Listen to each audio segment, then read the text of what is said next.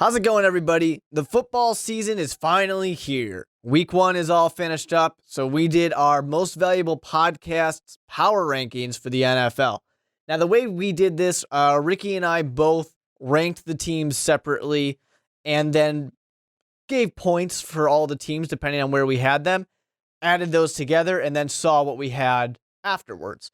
So, although, maybe Ricky thinks that the Vikings aren't a terrible disaster, and I do. Actually, it's the opposite. I gave them more credit than Ricky did. It evens out. So we can't be super biased because I personally had the Chicago Bears as the number 1 team in the power ranking. So let's talk about these teams. So we're going to start from the bottom because that's what we care about. At number 32, the Tampa Bay Buccaneers. Surprised? I'm not. Number 31, the Oakland Raiders. 30, the Jacksonville Jaguars. 29, the Minnesota Vikings. And 28, the Washington Redskins. So the big thing for me in this first group of 5, the Bucks definitely looked like the worst team, which is impressive because just previously to that, I thought the Raiders were looking like the worst team, and then I saw the Bucks play.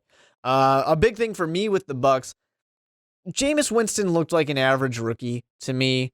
He threw that pick 6 to start his NFL career, and that's horrible. That's not how you want to start. But the biggest thing for me with the Bucks is just Lovie Smith. I mean, I don't know how many times I can say it, but Lovie Smith using that Tampa 2, everybody has known how to go against it for the past decade. It doesn't work anymore. It's time to move on. The other big thing in this group, I'd have to say, is the Minnesota Vikings. I mean, they looked horrible. There's literally not a single redeemable thing from that game. I had to stop watching it. I only was able to get through 3 quarters, and I just couldn't put myself through that kind of torture. So moving on, though, let's go to the next group. 27, we have the Cleveland Factory of Sadness Browns. Then at 26, the New Orleans Saints. At 25, we had the New York Jets.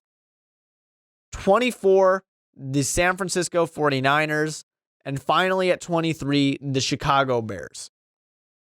So some big things here. It's going to be interesting to see how the possibility of Johnny Manziel being the starting quarterback for the Browns is going to change things. Maybe that moves them up a little bit. Maybe that'll move them down. I actually think I'm not high on Johnny Manziel, but not having Josh McCown as your starting quarterback is only going to be a good thing. Also in these ones, I got to mention the Chicago Bears, obviously.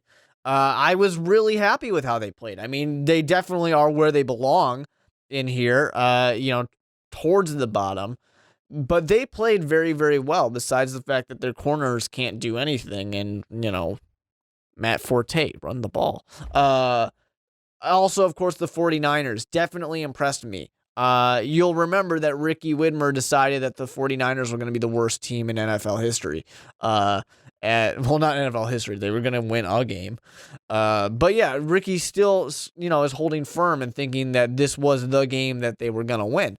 But yeah, they played a lot better than anybody expected, I think, except for maybe you 49ers fans. The defense looked really good.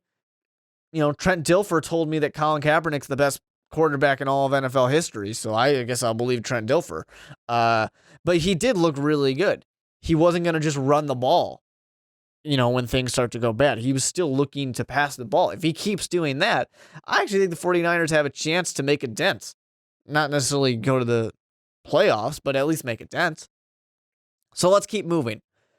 At number 22, we have the Philadelphia Eagles. At number 21, this is a surprise to a lot of people, the Miami Dolphins. Then at 20, claw up, it's the Carolina Panthers. 19 is going to be the Houston Texans. And then number 18, the Tennessee Titans. That's a surprise. Mariota looked great. I mean, we talk about Jameis Winston having kind of your average, average to a little below average rookie start. Mariota looked like an actual quarterback, like an NFL quarterback, one that actually plays. That was surprising. And it's not like he did the I'm athletic. You guys don't know what to expect out of me, so I'm going to run all over the place. We'd actually pass the ball. We do need to remember that it's the worst defense that he went up against. I mean, it's Tampa too. Slant pass. But it definitely was impressive. I expect him to be impressive against the Browns too. But besides that, like I said, the Dolphins are surprising. They were bad. They really were. This, I think, is going to be the wake-up for them. Everybody's been saying that the Dolphins are going to be so great. The Dolphins needed to be reminded that you aren't great until you play great. So live up to those expectations that everybody has for you. Eagles, I think Eagles, a similar situation. They did not play great in that first half. Chip Kelly made his adjustments. They played better, but they still weren't a great team. As long as Sam Bradford's not getting hurt, I think they've got, a good ways to go. I think they will get better, and I think they'll still be a good team, still competing for the wild card spot, because I don't think they're going to win the division. But moving on, number 17, the Detroit Lions. Not happy to say that one. 16, going to be the Atlanta Falcons. At 15, the New York Football Giants. At 14, the Baltimore Ravens. And then finally, at 13, the Denver Broncos. So some of the big things to mention here, the Falcons definitely impressed. They looked great. That defense was there. Julio Jones looks like he's going to lead the entire league in everything. It's definitely obvious what they plan to do on offense. And, the Falcons defense, they're ready to play. They're ready to prove that they're tough. They're ready to prove that the past is behind them and it's time to be good. Besides that, I mean, the New York Football Giants, they should be ashamed of themselves. I mean, they let that game get away. I said it on the podcast, the Onside Kick podcast. If ever there's an example of a team losing a game instead of the opponent winning that game, it was this one.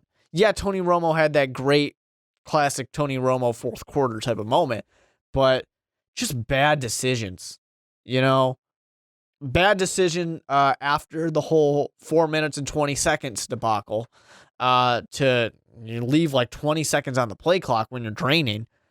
Bad decision not to just get the touchdown. Bad decision not to waste more time. Why would you throw it out of bounds and stop the clock, Eli? Oh man, I'm still not over it. I'm still not over it. It's been a while. And I'm not even a Giants fan, and I'm still not over this. And then finally, of course, the Broncos and Ravens kind of go hand in hand. Both defenses were pretty good. The Denver Broncos actually did a very good job on defense. Mark Trestman couldn't do anything that great, at least. But the big thing for Peyton Manning is I don't know what's going on with this guy's arm. I've been saying it all offseason. He's on the decline, and he's not going to do that great this season. He'll still be Peyton Manning and still win games and still do well, as he did. He won a game. But I do think that we're going to see a lot of Peyton not having that accuracy that we're used to. Moving forward, we got at number 12, the Pittsburgh Steelers. At number 11, we got the Indianapolis Colts. At number 10, the Dallas Cowboys. At number 9, the San Diego Chargers. And at number 8, the Kansas City Chiefs. Kansas City is a surprise to me because I think they looked great. They really did. They looked really great. I don't know if we're going to see that throughout the season, but they were looking great. Chargers did as well as I would expect. Cowboys won it in the end, which is what matters. But without Dez Bryant, we just did a whole podcast about it on the Onside Kick. But I don't know if they can do it. I don't know if they can sustain for those, 4, 6, 8 weeks, however long it's going to be without Dez Bryant. Those are some tough games in there. The Colts, they'll bounce back. Don't worry. Nobody's regretting drafting Andrew Luck or anything like that.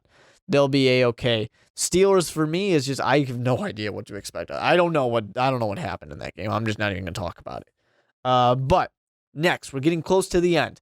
Number 7, we have the Cincinnati Bengals, which I'm just going to say I was a lot higher on these Bengals than I think Ricky was. I was really high on these Bengals.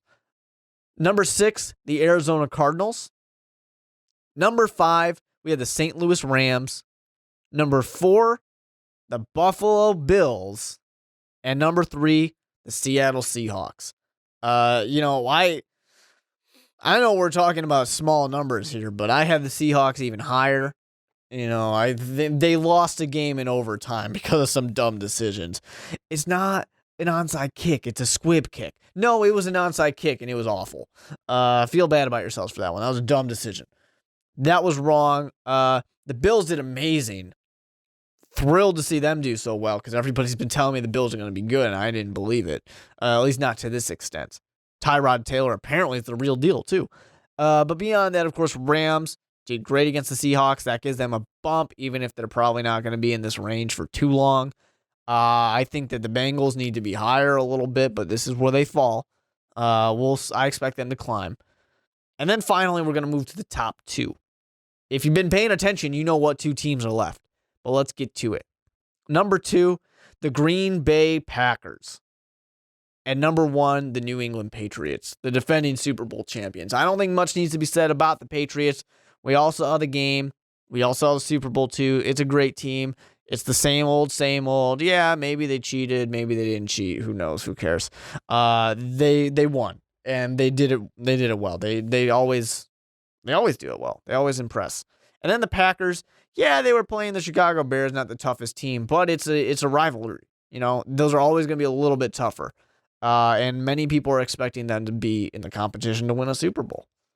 So, with that being said, if there's any of these that you disagree with, maybe one team is way too low, way too high, let us know down below in the comment section. Of course, you can always get at us on Twitter too, at Most Valuable Pod.